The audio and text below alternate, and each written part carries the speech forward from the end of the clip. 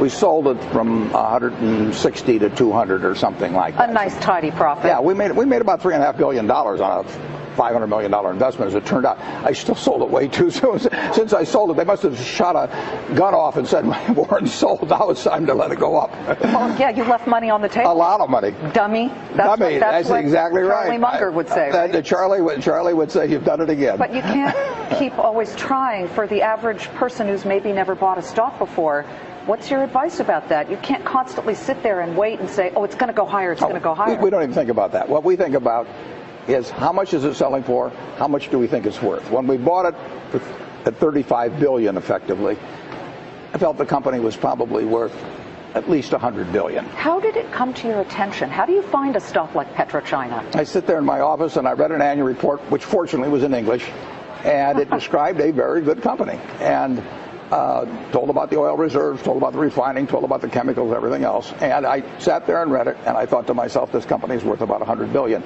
Now, I didn't look at the price first.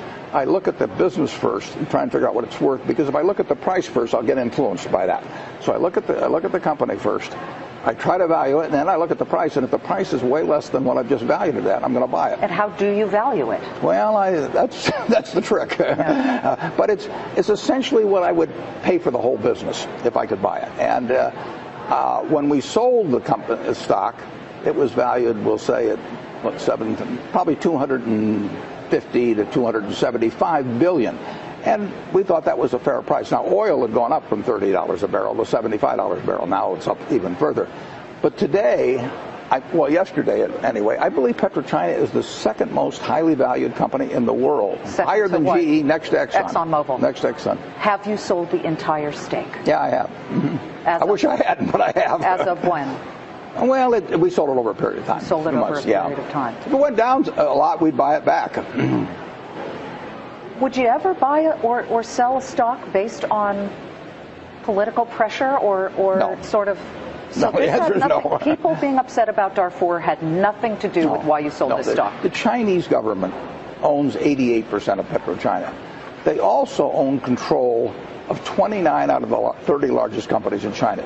The Chinese government is the one that has a position in relation to the Sudan. And they have it, if you own any one of the 30 largest companies in publicly traded companies in China, you will have the Chinese government as your majority partner. And the question is, are you responsible for their actions? You're going to China next week for a ribbon-cutting ceremony right. for ISCAR. Sort of the limit of my abilities, Liz. I mean, that's what they use this. You're pretty good at cutting a ribbon. I've gotten used to it, yeah. Are you looking at other companies in China? I don't look based, no, the answer is pretty much no, but I don't look based on countries or that sort of thing.